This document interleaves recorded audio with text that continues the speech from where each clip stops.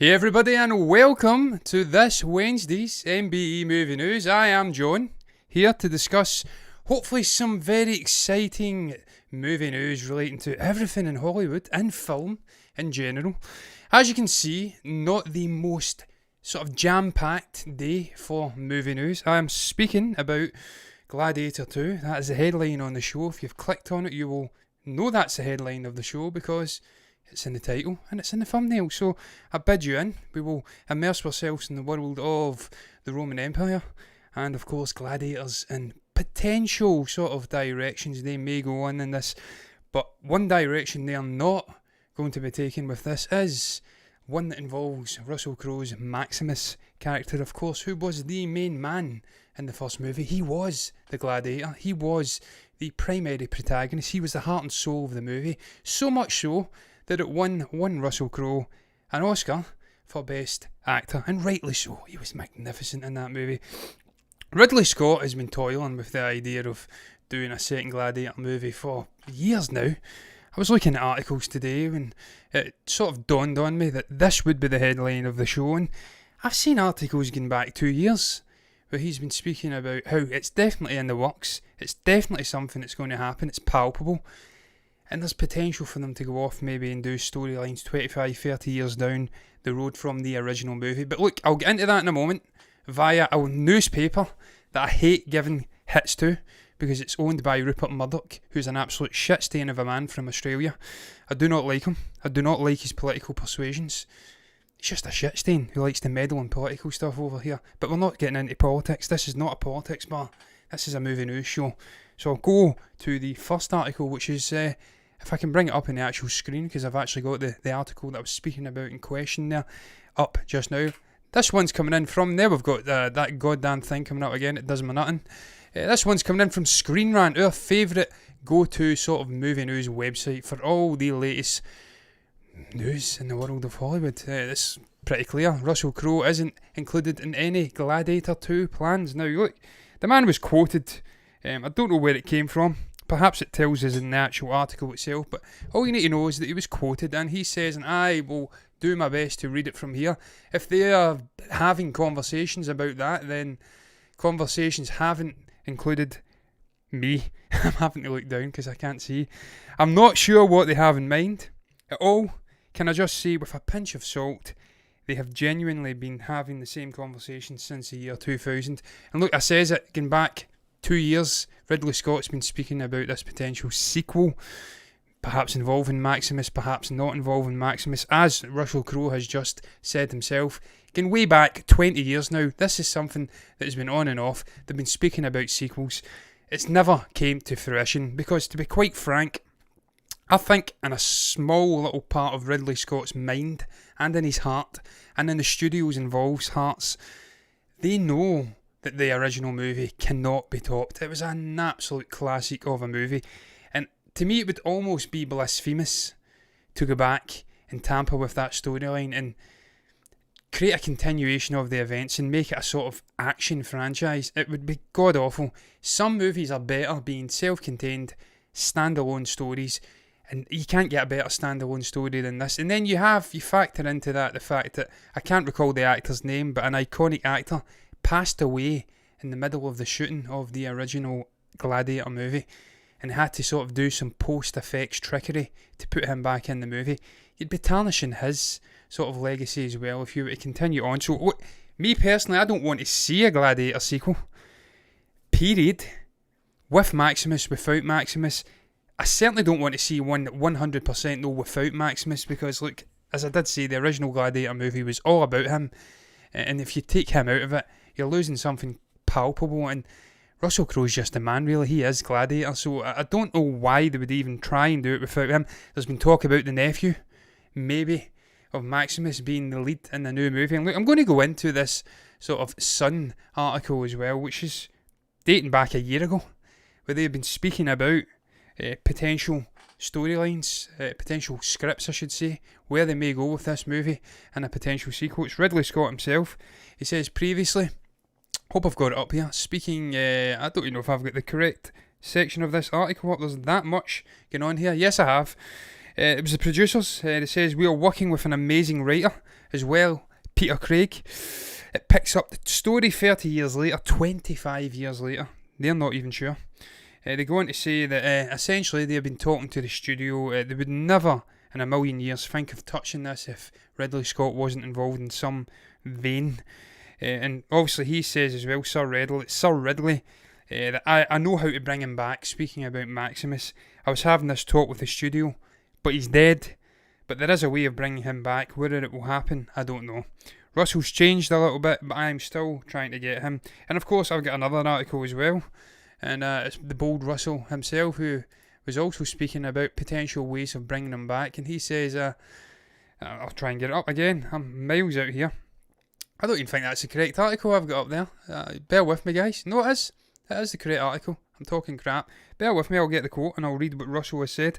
I haven't talked to Duke in a long time. Last time I talked to Duke, he said he had this great idea where Maximus gets carried from the stadium and they pull back this big rock and he gets put in a cave and then the rock closes over and he's anointed with oils. And then the rock opens up and he comes out, and I said, Duke, I don't think we have the rights to that story. But that was a long time ago, and I don't think he appreciated my sense of humour at the time. I appreciate your sense of humour, Russell. Of course, that's the classic story of Jesus of Nazareth being crucified, being put in the sort of rocky enclosure, catacomb tomb, whatever you want to call it, and then coming out and resurrecting again. So look, that would be sort of plagiarism. It'd be a terrible idea to bring back a character. If you're going to bring back Maximus, and I don't want to see it, that would be the probably the worst way of handling it and bringing him back, man. But look, it's been in talks for 20 years now. Ridley Scott's been speaking about it for 2 years or so now, the potential 25-year in the future storyline, maybe bringing back Maximus, maybe utilising the nephew. I don't want to see it happen, personally, and I certainly don't want to see it happen if Russell Crowe isn't involved in any way whatsoever. Even if they could harness him via flashbacks or something, just bring him in. If they're not even contemplating talking with the guy, then I'm sorry, it's dead. It's like trying to do the Terminator franchise without Arnold Schwarzenegger. It just doesn't work.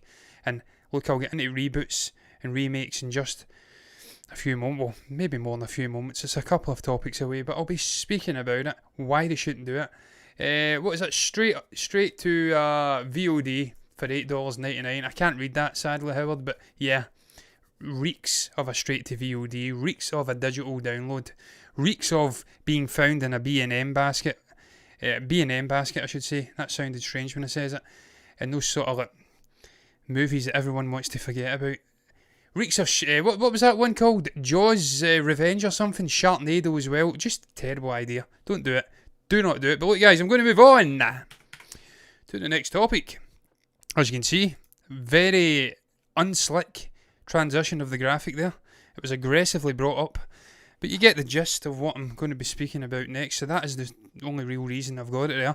Cate Blanchett, Tilda Swinton, Finn Wolfhard, and a whole lot more successful actors and just famous names in general are going to be joining the upcoming Guillermo del Toro's Pinocchio. Now, I've lost the plot, guys, with how many Pinocchio movies we currently have getting ready to come out in post-production and pre-production.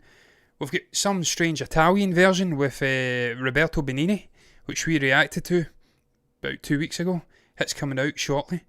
We have got a Disney remake, which is going to Disney Plus. That's coming out in the near future. And seemingly, unbeknownst to me, we also have a Guillermo del Toro remake of the classic story, of a generational story, which is going to be stop motion animated, and it's coming to Netflix. So a hugely popular story for adaptation is Pinocchio. If I had my money on which one would be the most successful, I have to tell you, I think this one is right up there for me in the stakes. I love stop motion animation. I've spoke about it many times before. I love Leica Studios. They are just stupendous in their meticulous way in which they go about crafting these exquisitely detailed little characters. The way they create so many different limbs and body parts. The way they just painstakingly animate them over a period of 2-3 years probably, not 3-4. And the way it all comes to life, it almost feels like it's been animated by just CG. and just traditional animating techniques. That's how good these people are. So when you can get, and obviously we've got the likes of Wes Anderson, Fantastic Mr. Fox, I believe. That when you can get stop motion animation and you can marry it with a story like this, which is generational, it is just ripe for being a great, great movie. And then when you arm that with just the array of just amazing actors, voice actors that we are getting in this movie, it's terrifying, man, what he is bringing to the game here. I mean, we've got Christoph Waltz, Cate Blanchett, as I said, Tilda Swinton, Ewan McGregor. We've got, I've seen another one there, Ron Perlman, Finn Wolfhard, John Turturro, Tim Blake Nelson, Bun Gorman.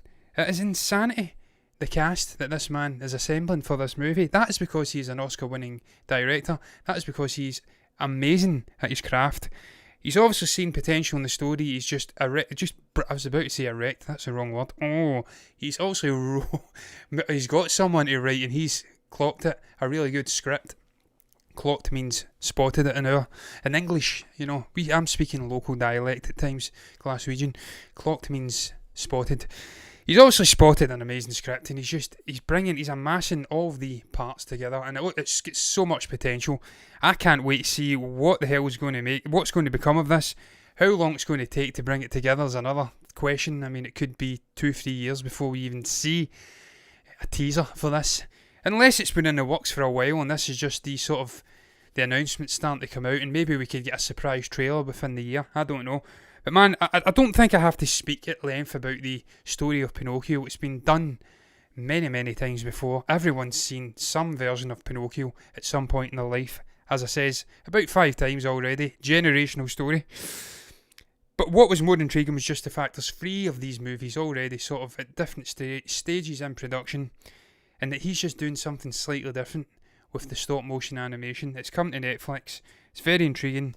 Again, it's just an array of talent coming to Netflix. It seems like a conveyor belt of amazing directors, actors, stories, movies coming to this streaming service. I'm getting destroyed by something on my leg here. I hope it's not one of my 8-legged friends. But look, I'm excited for it, man, and I'm going to move on that note because I ain't got much more to add to it, guys. The next one is all about Hollywood continuing to persist with god-awful reboots. Now, the reason that I've framed it through that sort of wording, for lack of a better term, is because there was 2 articles which caught my mind, or caught my eye I should say, caught my mind, that's terrible, in regards to reboots, remakes of classic movies, and I didn't want to just do 2 separate topics speaking about it, so I thought I'd combine it into a general discussion about Hollywood's absolute infatuation with making reboots of classic movies, which ultimately go on to fail and be absolute piles of shit. I can't get this goddamn movie web notification about goddamn cookies, man, to go away. It's driving me mental. But look, I digress. I'll bring it up on this screen and perhaps we'll delve into it via this, man. You'll see what I'm talking about here immediately, why it's a bad idea. The Exorcist reboot is coming in 2021. Now, if we've not had enough god-awful Exorcist movies, the original Exorcist movie was a force of nature.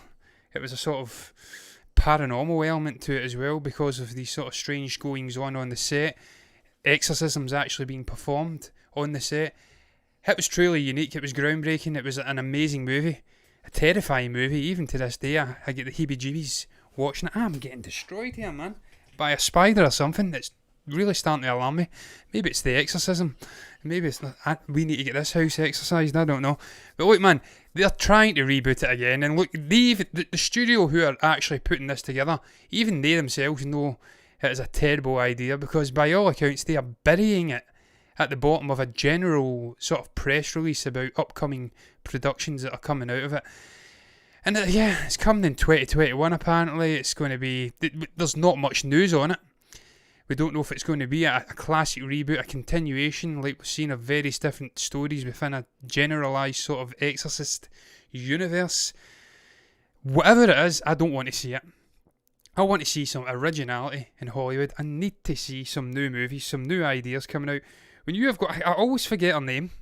That Asian director who done that movie, man, A24 Studios, she sort of knocked back Netflix to go to A24 so she could sort of develop her brand. For the life of me, it's this something. I always forget the name of that movie. It drives me insane. When you've got people like that sort of decrying the lack of chances they're getting to bring original stories to the screen. And you keep seeing piles of shit like this getting pumped out to the general audience time and time again just to fail and be an absolute flop. It drives me insane, man, reading that they are once again toying with the idea of giving us another Exorcist movie. There was one good Exorcist movie, be done with it, man. It was like Halloween, be done with it. I'm looking forward to the upcoming Halloween movies. I hope they're good, but they'll probably be shit, man. I was really disappointed with the previous one from a couple of years ago. Super excited for it. Let me down. I don't want to see reboots. I don't want to see quasi-sequels. Terminator franchise, another example. Just absolute dog shit. But look, man, here's the other one. And look, it's Empire.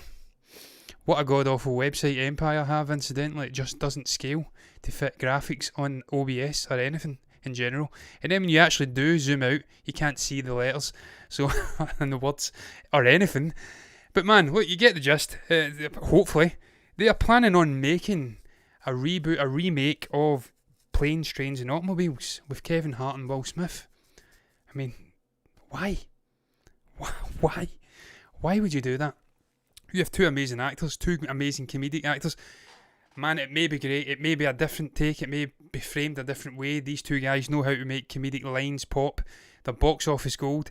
This is one that could be a success in spite of the lack of originality. This could actually be a success. But why would you do it, man?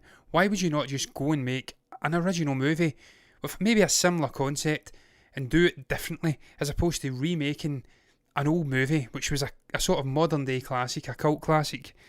It starred absolute behemoths at the time, Steve Martin and John Candy. They were amazing in that movie. The chemistry was off the charts. It had poignancy, it had laughs, it had everything in between. It was a great John Hughes movie, I believe, which Stephen, fellow movie burner, he's a big fan of John Hughes. You cannot capture the spirit of a John Hughes movie in the 21st century. You just can't. Times have changed. I've spoken about it numerous times before. You can't bring Back to the Future into the 21st century. Kids, audiences in general, they're just different now. They're more sort of, I don't know, they're just different. They don't appreciate those kind of storylines like they did back 20, 30, 40 years ago. And that's why you just shouldn't do it. You should do something different which is more specific to the current day pop cultural events and stuff that are going on. And then it'll connect more to the audiences of today. Do not do a remake of Planes, Trains and Automobiles, man. Even with Will Smith and Kevin Hart, who I'm big fans of. Paramount, get your shit together. And even more so, do not do a remake. Incidentally, get that down. Why have I still got that graphic up? Do not do a remake of The Exorcist. What are you thinking? Just terrible, man. Terrible. Complete lack of originality. We need to get new people in the filmmaking spheres. We need to get some originality pumped in. We need to have more Taika Waititi's doing movies like What We Did in the Shadows and Jojo Rabbit, taking really risky concepts and bringing them onto the screen. We need to have less sort of shite bag, I'm going to call them, executive producers and studio producers and just studio heads in general, just shitting themselves at some originality and risk taking in movies. I want to see better movies coming out, guys. Ultimately, that's what I'm getting at. But look, I'm going to move on, man, to the next topic. This one, once again, speaking about Wonder Woman 1984, this is the third day in a row that we have spoke about it in one form or another. We broke down the DC fandom event, which is hitting on Saturday, a couple of days ago. Yesterday we spoke about it again. I think it was the trailer being rated.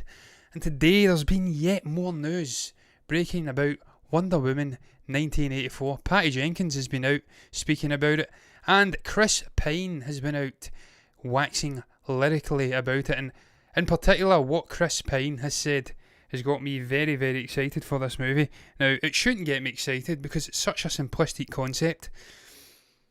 It shouldn't really excite me in any way. It should be pretty obvious for anyone who has watched the trailer what he's saying.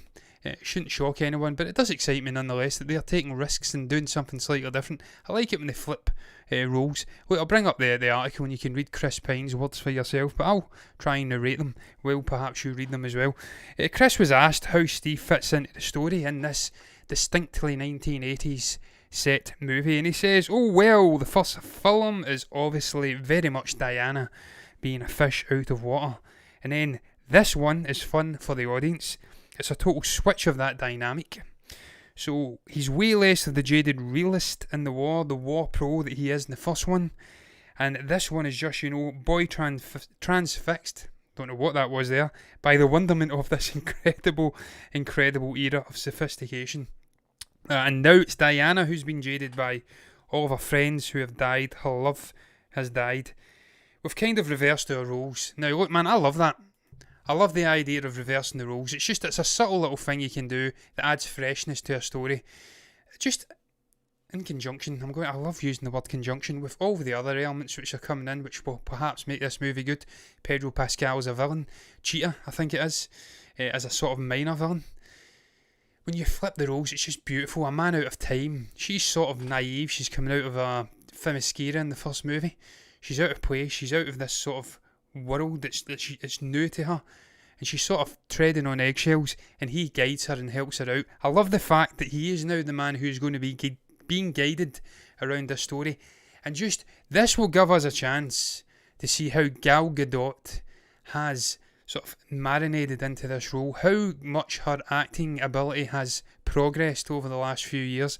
Because look, I've been slagging her off something awful over the last few years about not being an amazing actor, how she was helped by Chris Pine. He was almost like a sort of mentoring figure, guiding her around the scenes, with Patty Jenkins as well, of course. Now she's got a chance to put my words in my mouth, and everyone else who perhaps criticised her for not being a great actor, by showing us that she is truly magnificent now, and that she can give Chris Pine the run around and show him how to do it. Man, I can't wait to see this movie. I really can't. I can't wait to see Steve coming back. I really enjoyed the character.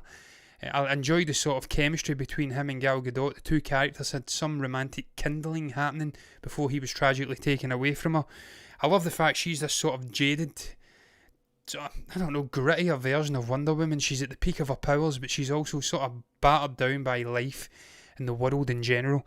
I love that, man. It's going to be great. It's going to be a great role for her to get her teeth into and sort of show her acting talents, as I did say.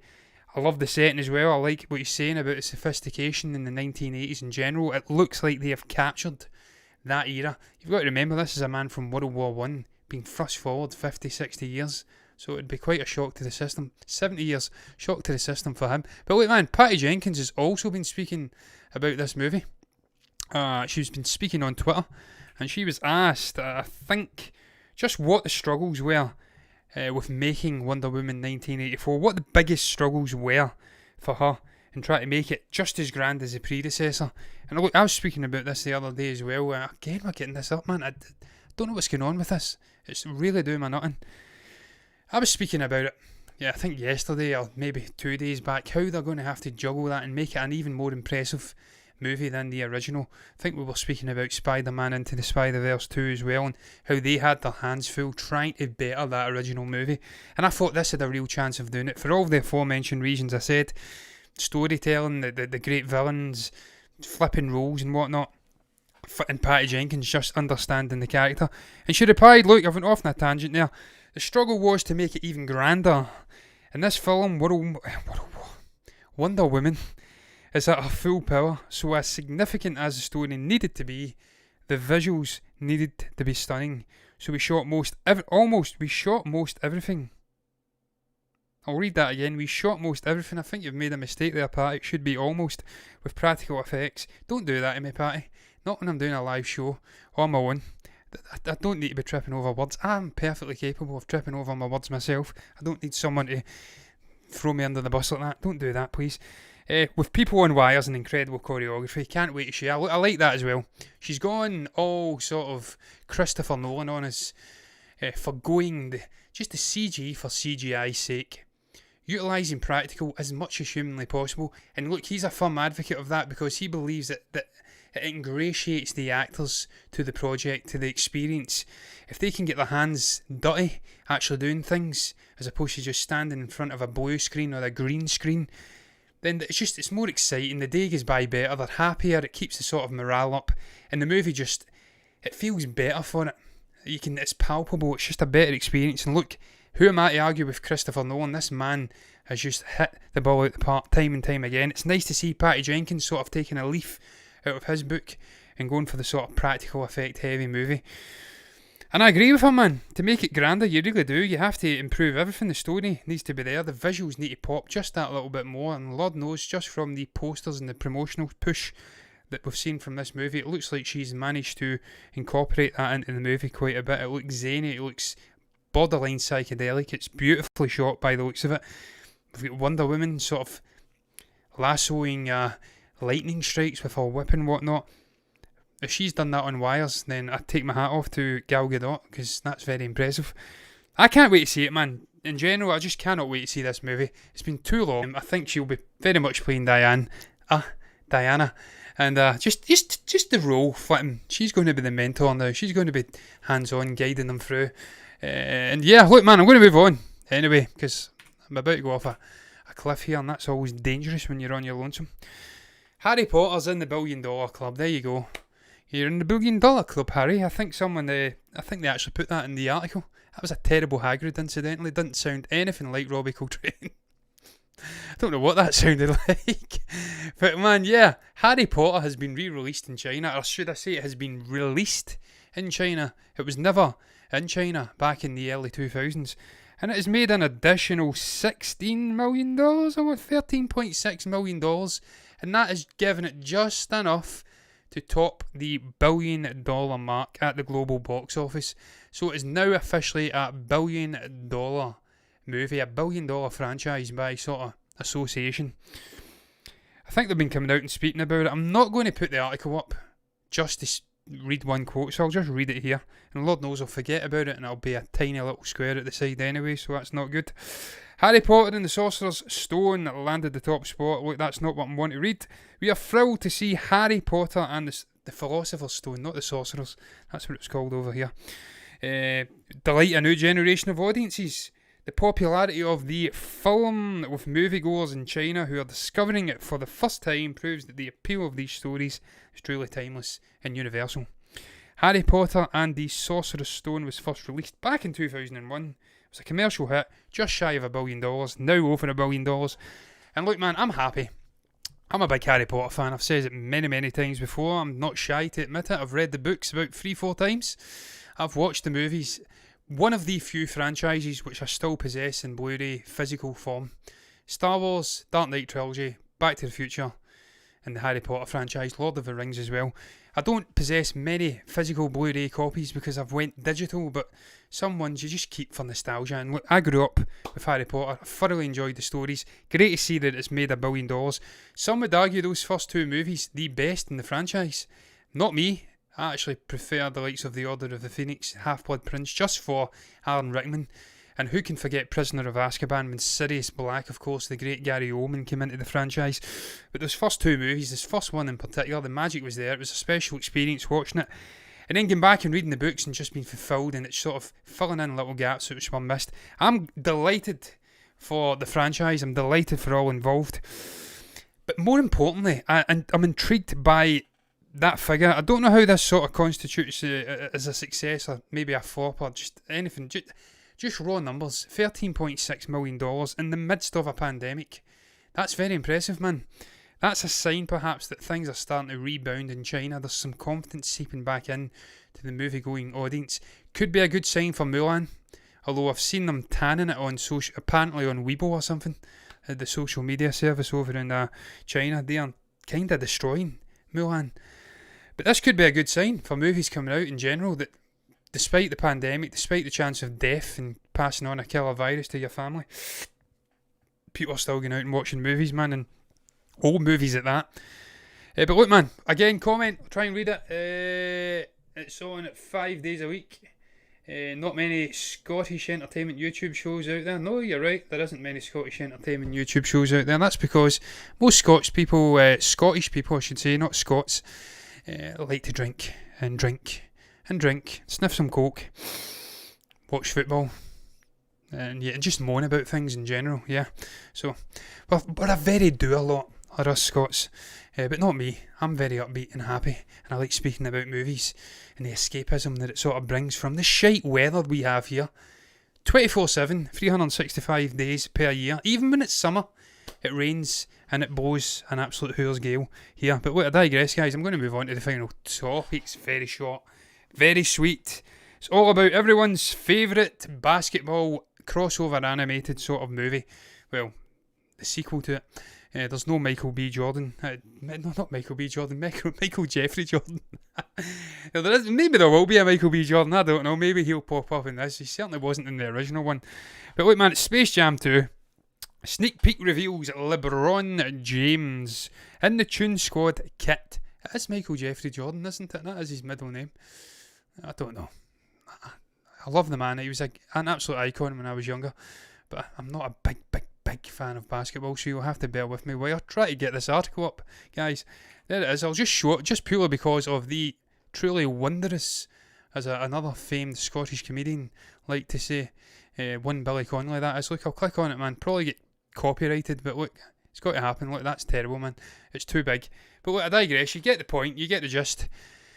We've got LeBron James in a very colourful sort of blue and yellowy orange and, yeah, purplish by the looks of it, uniform. Looking a bit. I love the logo as well. A New Legacy it's called. I'm intrigued by this movie, man. I'm intrigued by what they're going to do with this new Space Jam movie. We've got the original sort of animated technique coming in. I've seen the animator doing it remotely during the lockdown and the earlier stages of this pandemic.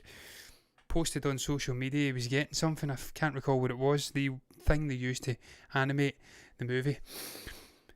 It seems like they're bringing authenticity to it. I like the fact they're not going down the sort of CG route with the characters. You want to keep the similar feel to the original movie. Then it feels like a continuation. Don't think we're getting Bill Murray in this one, but look, man, and we're definitely not getting R. Kelly in it, because that is a man who has went down in many people's estimations. What is going on with R. Kelly? Wronging. Absolute wronging. But look, man, I'm excited for this movie. I'm excited to see it, man. It's like nostalgia. I grew up watching it, man. I was a young guy watching it. Loved the music, loved the animated stuff going on, the crossover. Bill Murray was in there. I was a big sort of Ghostbusters fan. He was there. So, yeah, I'll be intrigued to see if they can capture the magic. If LeBron James can sort of equal Michael Jordan, I doubt it. He can't do it in the court, so he's certainly not going to do it in a movie. But look, man, I'm excited nonetheless. And I'm going to stop speaking on that note, guys, because I'm absolutely dying here. It's so warm.